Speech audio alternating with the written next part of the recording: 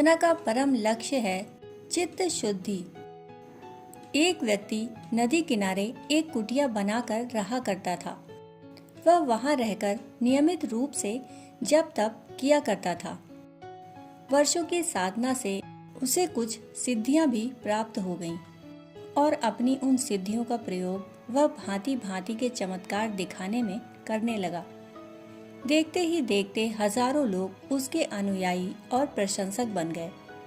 अब वह व्यक्ति एक साधु के रूप में ख्याति प्राप्त कर चुका था, परंतु उसे अपनी सिद्धियों का बहुत अहंकार था।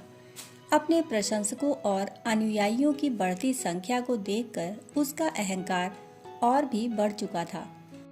अमीर व धनवान लोगों से उसे खूब चढ़ावा मिलने लगा।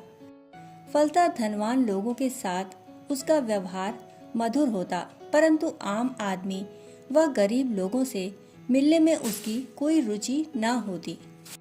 समय के साथ अब वह वृद्ध हो चला। वह अपनी मृत्यु के बारे में सोचकर बहुत भयभीत हो जाया करता। जब कभी किसी मृत व्यक्ति को वह देखता तो उसे अपनी मृत्यु का भय लगा रहता। एक दिन अपनी मृत्यु का विचार करते करते ही वह गहरी निद्रा में चला गया। तब उसे एक स्वप्न आया। उसने स्वप्न में देखा कि उसकी मृत्यु हो गई है। उसकी आत्मा को यम के दूत यमलोक ले जा रहे हैं। यमलोक में पहुंचते ही उसे वहां बैठे हुए धर्मराज दिखाई पड़े। उसने देखा कि धर्मराज उसके कर्मों का लेखा जोखा खोलकर बैठे हैं और उनके हिसाब से उसकी सद्गति अथवा अधोगति की घोषणा करने वाले हैं। संयोगवश उसी समय एक डाकू भी मरकर यमलोक पहुंचा।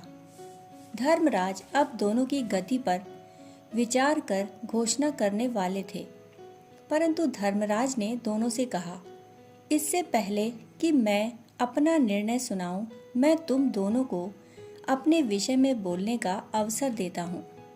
डाकू ने तो हमेशा हिंसक कर्म किए थे, बुरे कर्म किए थे, इसलिए वह अपने कर्मों पर शर्मिंदा था और उसे इसका काफी पछतावा भी था। वह सोच रहा था कि जीवन भर मैंने कितने घृणित कुकर्म किए हैं, कितने लोगों को सताया है, दुख दिया है, कितने लोगों की हत्या भी की है। यह सोचकर उसकी आंखों में आंसू भर आए। वह विनम्र शब्दों में बोला, हे धर्मराज, मैंने तो जीवन भर पाप कर्म ही किए हैं, फिर मैं सद्गति पाने की आशा कैसे कर सकता हूँ। अतः आप जो भी दंड देंगे उसे मैं सहर्ष स्वीकार करूँगा। अब साधु के बोलने की बारी थी। साधु बोले, हे धर्मराज, मैंने तो जीवन भर जप तप किए हैं, मैंने नित्य अग्निहोत्र भी किए हैं, मैंने कई धर्म ग्रंथों का अध्ययन भी किया है। अतः इसके आधार पर मैं अपने लिए स्वर्ग मुक्ति सद्गति आदि की आशा तो कर ही सकता हूँ। इसलिए आप मेरे लिए स्वर्ग के सुख साधनों का शीघ्र प्रबंध करें।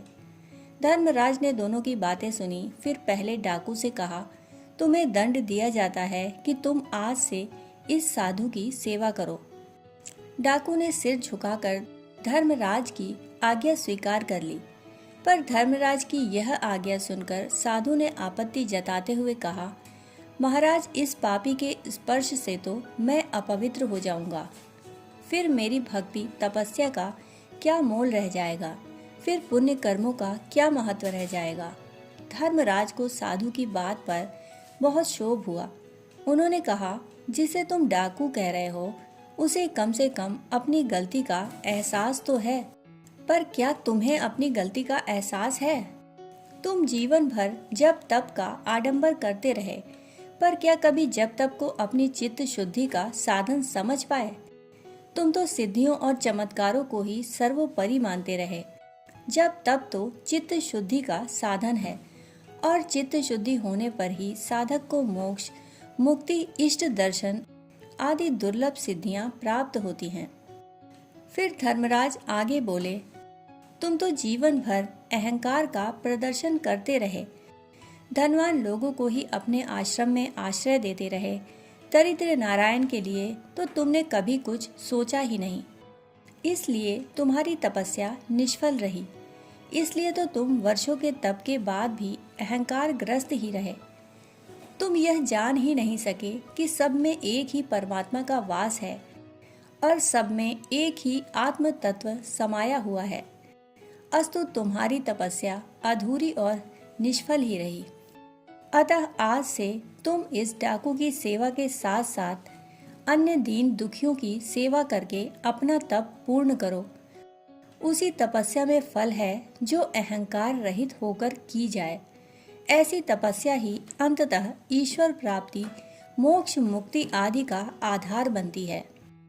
यमराज धर्मराज की ज्ञान की बातें सुनते ही साधु की आंखें खुल गईं। आंखों में पश्चाताप के आंसू भर आए, साथ ही स्वप्न भी टूट गया। साधु को अपनी गलती का एहसास हुआ। उसे समझ में आ गया कि अंतर्यामी प्रभु हमारे सभी कर्मों को देख रहे हैं। उसे लगा मानो उसे तप साधना का असली मर्म समझाने के लिए ही प्रभु ने ऐसा स्वप्न दिखाया। प्रभु ने उसका सच्चा मार्गदर्शन किया है। उस दिन से वह सच्ची तप साधना में लीन हो गया। सचमुच चित्त शुद्धि ही समस्त साधनाओं का सार है। दोस्तों, कहानी सुनने के लिए आप सभी का बहुत बहुत आभार। फिर मिलते हैं ऐसी ही कहानी के साथ। तब तक के लिए धन्यवाद।